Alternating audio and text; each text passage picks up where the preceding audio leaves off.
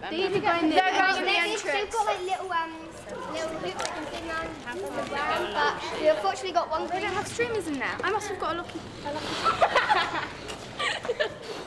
Why have they got to be green?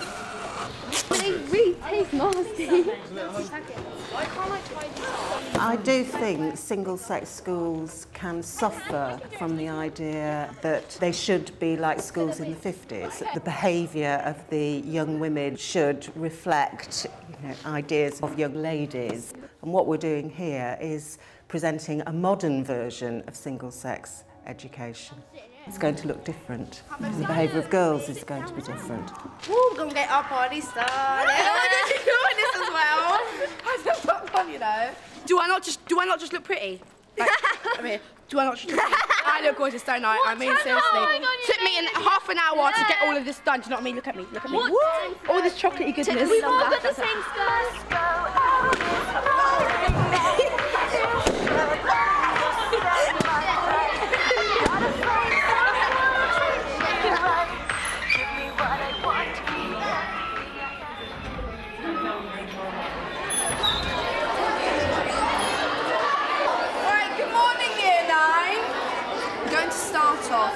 With Miss Higgins has come to speak to us first of all, and then we've got some awards and some other things to do in Assembly. Thank you, Miss Higgins. OK, thank you, Miss McGuinness.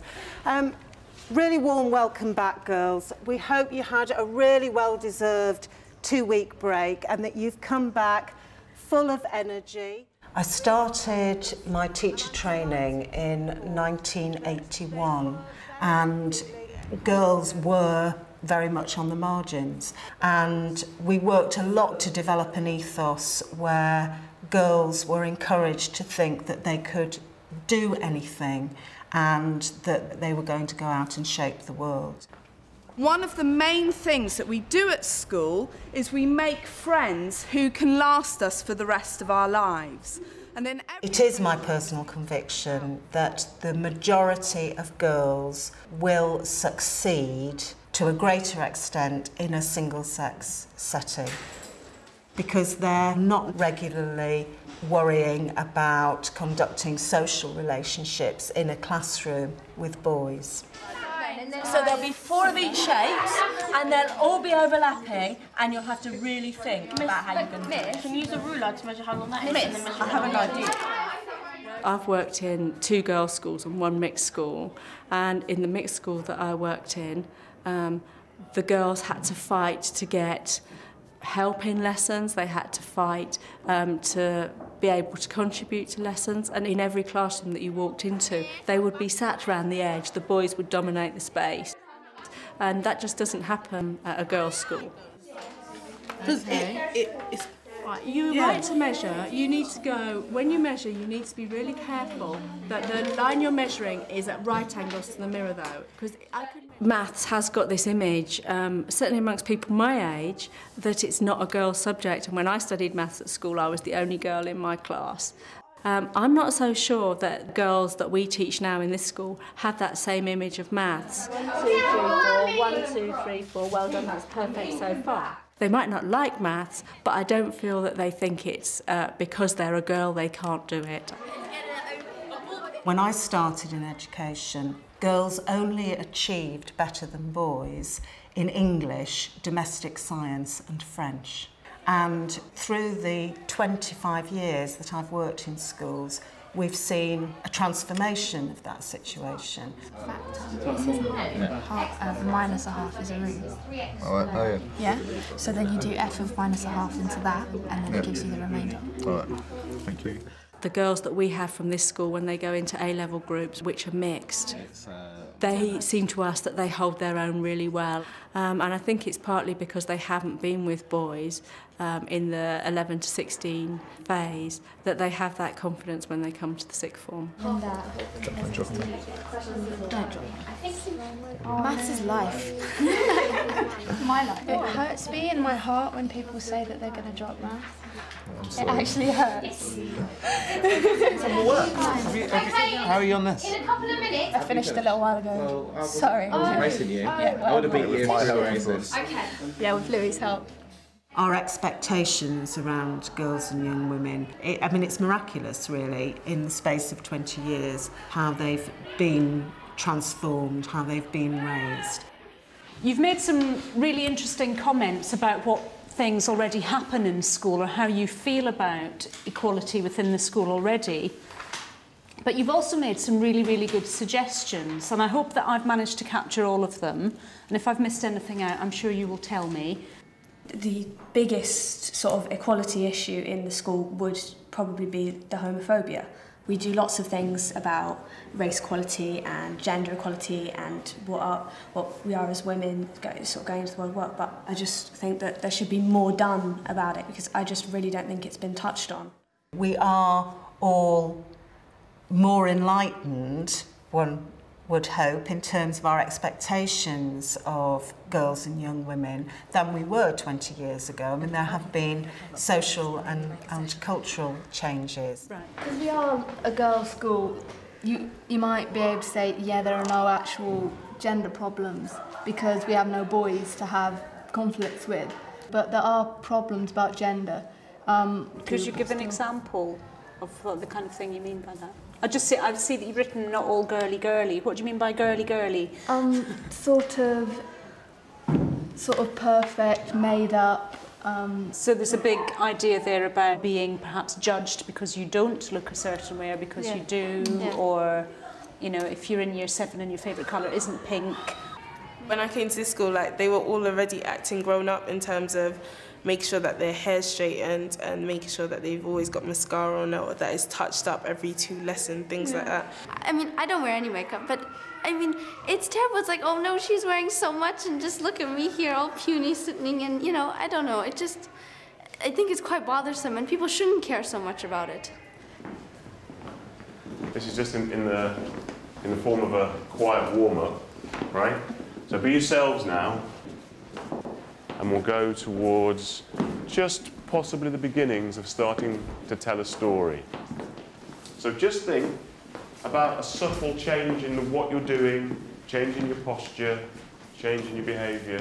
Just sort of tells us something isn't quite right. We do have groups of students who come from one of the wards that has the highest incidence nationally of domestic violence in the country. I haven't seen you in ages. What's been going on? Nothing much, no. Well, you really need to... Can I come round sometime? I mean, no. Why not? Maybe some other time. What's this? Why is there a bruise on your arm? You have to tell me about these things. You can come over to mine any time. Can I stay the night? As a school, I would argue that we'd be neglecting our obligations and our duties if we weren't exploring some of those issues within the school. Babes, what's going on, babes? I mean, like, the other day, babes, I saw you on the road and I was like, babes, and you just kept on walking, babes. What's going on? You know what? And babes, look at your arm. I mean, it's oh my God. What the hell are these bruises about, babes? Do you know what it is? Babes, what's going on? No, listen to me. Babes. I'm a failure and No, I hit myself. not. I hit myself. No, you don't, I do it. I swear to God. Babes. Look, watch. No, See? babes, don't Just do leave it. No, babes, please. no. I'm going to give Listen Fred a ring. How can he let you do this to yourself? Cliff, right? You're meant to be my friend. I'm going to hit myself. No, you just no, said that. babes, I'm sorry, Do you know what? Just leave me. You need help, you do. I'm not qualified to give you it, but you need help. I'm going to give Cliff a ring. Call them vet people or something. I don't... Just leave, babes. Same, I have a lot of friends who like get hit and stuff by their boyfriends and stuff, but they just think it's like a joke, even if their boyfriends are angry with them and they kick them and they hit them, but they just do it back and they're like, oh, it's just us fighting, and it's like they don't really see the serious side of things, and then when their boyfriends actually hit them in a serious way, they're just like, oh, he just hit me, and they don't see it as a big deal at all. We need to do something to empower those young women to interrupt that situation so that what happens in 10 years' time is a different picture from what's going on currently. There is a real sense that it's all been done and dusted for girls. Girls are doing well, they're doing better than boys. Boys are the problem, and that is really masking the fact that not all girls are doing well. middle-class girls are doing well, and girls from families who have high aspirations are doing well, but there are still girls who need attention, they need support, they need creative education in order to help them fulfil their potential. Right, girls, these two used to be in my year group, and I think if you'd have asked them in year 8 and 9 if they could see themselves in the sixth form, they would most probably have said no way, but they did, and they're both going to tell you why they decided that it'd be a good idea to stay on in school.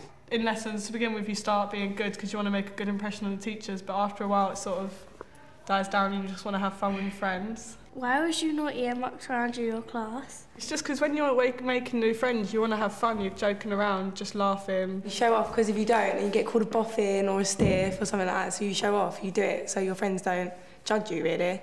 What was the naughtiest thing you've ever done? I made a teacher just give up on our class and walk out of our lesson. That was probably the worst, but I don't know, I wasn't really that naughty, I just mucked around a lot. If I couldn't do something, I wouldn't do it. If I couldn't do it the first time, I wouldn't do it again. And then I used to take it out on the teacher because I couldn't do it. I hated being helped, so I never used to let her help me. When did you actually start taking school seriously? What year? In year 9, they changed our maths class, so I was put into the top, like they changed your sets in year 9.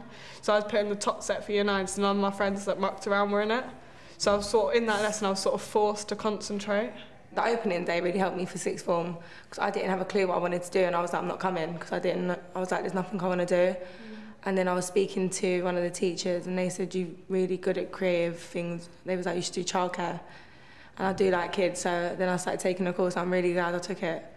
What were you planning on doing? You just like, I don't know, just leaving, getting a job, just like not getting a higher education. I'm glad I didn't. Amongst some of our families, there is still a really endemic culture of low aspirations for girls, and there is an established pattern through families of early parenthood. There are still gender-related issues that need to be challenged, explored. You know, there is still a job of work to do.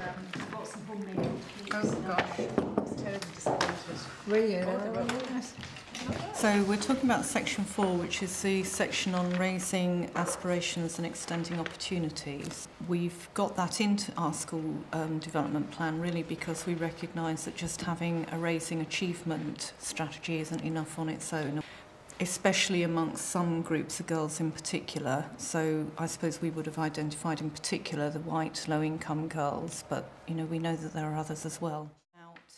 I mean, there's an enormous range of careers and career opportunities that we can really be promoting with those girls, but we don't want to leave it to chance anymore.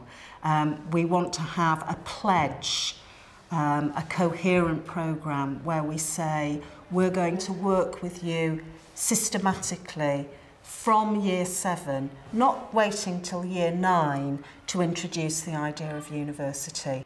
So it's a brilliant time, and I'm hoping it's going to kick off another of these cycles of rapid transformation.